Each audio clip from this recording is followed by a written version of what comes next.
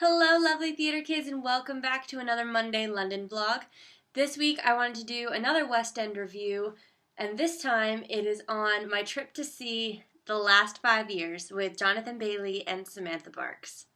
So, for those of you who don't know, The Last 5 Years is the story of the relationship between Kathy Hyatt, who is played by Samantha Barks, and Jamie Willerstein, who is played by Jonathan Bailey. This is the story of their 5-year relationship, with Jamie's part of the story told in chronological order, while Kathy's is told in reverse. The music and the story is written by Jason Robert Brown, and it is absolutely beautiful.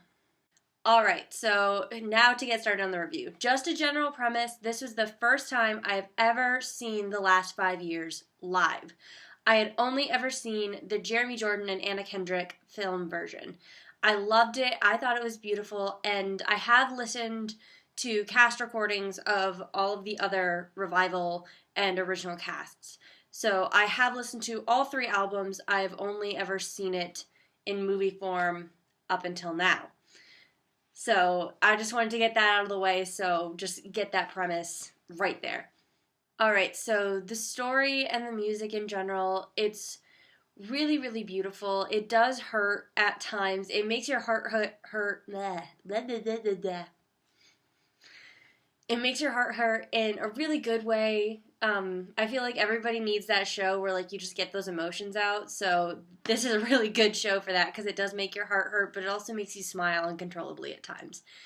Some of my favorite moments in the show were the Shmuel song. That's always been one of my favorite songs in the show, just because Jamie is being a goofball and it's really sweet and he's trying to make Kathy happy. So I always love that. And in this version, I don't know if it's like a normal thing in the stage version, but Jonathan Bailey was doing this little goofy little clock dance, and it was so funny. It just made me smile. And it was one of those really great theater moments. And Samantha Barks as Kathy, I loved her rendition of I Can Do Better Than That. That has always been my number 1 favorite song in the entire show, and that actually got me tearing up a little bit. I didn't cry. I did not cry at this show, but strangely enough, it was I Can Do Better Than That got me to tear up. The line, when we get to my house, take a look at that town, take a look at how far I've gone. I will never go back, never look back anymore. That line always really resonates with me because I was a girl from a small town and I've made a life for myself and I left that small town and I'm trying to get better and I don't want to look back on that point in my life. So that line always resonates with me. And so to hear it said live, it was a really emotional thing for me and it was really, really special. Alright, so that's the general thing. I would say the one thing I really did miss, comparing the movie and the stage show, I know the entire point of the stage show is to have them separate. It's their own solo song, so they shouldn't be on stage with one another because it's trying to show their distance. But I really liked in the movie, especially scenes during Shmuel song. I really liked having both of them on stage together. It really made their chemistry work, and it was really wonderful moments in that movie. And I think honestly, seeing that scene is what makes me love Shmuel song as much as I do, because it really shows the happiness of their relationship when it was a good relationship. And you kind of miss out on that in the stage show. But it does work really well to have the one scene they're in together be the next 10 minutes because that's where their stories converge. So it makes sense, but I did miss having those little moments with them. So that's just an artistic opinion. I don't know. Don't kill me. Alright, so overall, I have to give this production a 10 out of 10 because it was beautiful, it was wonderful, I enjoyed it so much, and I cannot believe that I had the opportunity to see it. Okay, Now for, my computer's falling asleep. I'm losing my lighting. Okay, now for the actors in general. Samantha Barks as Kathy. Now, I have a slight story to tell you. So when I was about 14, 15, I saw Les Mis for the first time. It was the 25th anniversary concert. She was Eponine. And I watched her in that concert, and it was one of those moments I was like, I want to do that. I had always been into like movie musicals, and I'd always wanted to get up on stage and do it myself, but watching her as Eponine, bleh, I can't speak. All right, watching her as Eponine was the moment of, I want to get up there and do that. I want to be in a musical. And she was the first one to give me my first ever dream role, which was Eponine. It's still my number one dream role to this day, closely tied with Ella from Cinderella. But she inspired me to do a lot of the things I'm doing. And so to see her perform, have her be 2 feet from me, because I sat in the front row, just a disclaimer, that was the cheapest ticket at the time. So I was in the front row, and to have her standing like 2 feet from me, and to have her lock eyes with me at one point, like that was an amazing feeling to be there. And then to meet her afterwards, I'll put a picture right here. She's the sweetest person, and I do want to write her a letter to basically like say thank you, because I wanted to tell her all of those things, but I don't want to monopolize people's time at stage door, so I'm going to write her a letter before I leave.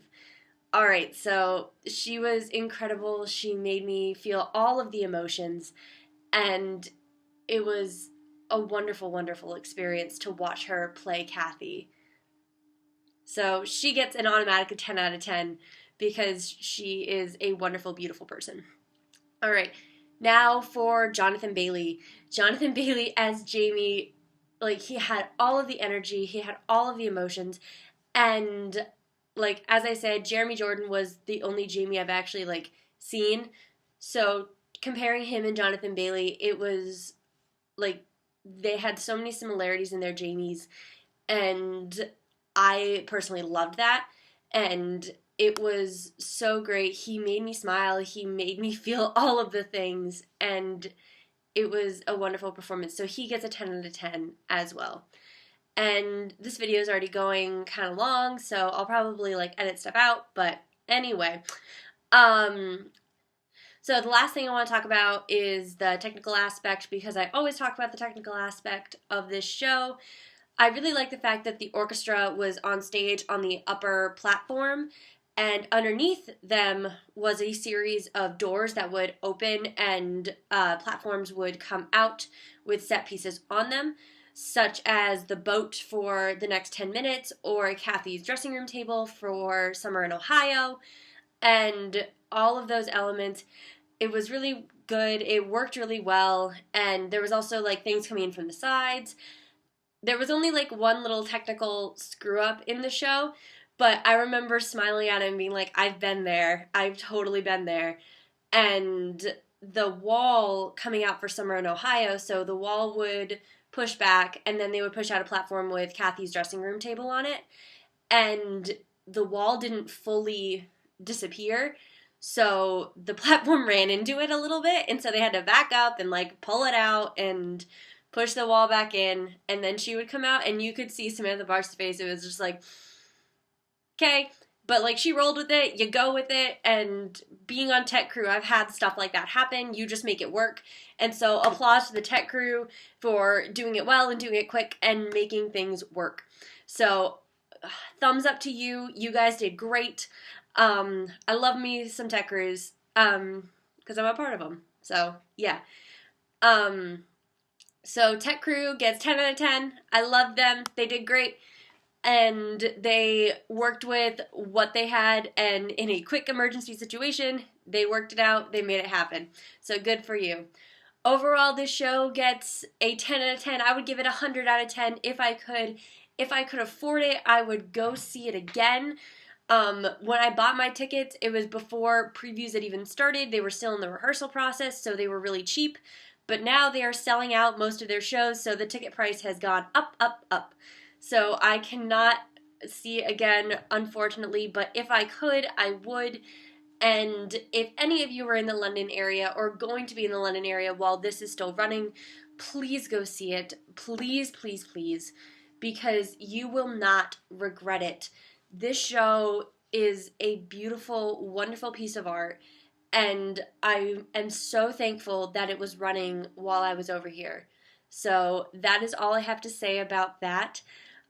Join me on Thursday for another Theater Video Thursday. My ticket is sticking out of the playbill. Join me on Thursday for another Theater Video Thursday, and comment, like, and subscribe on...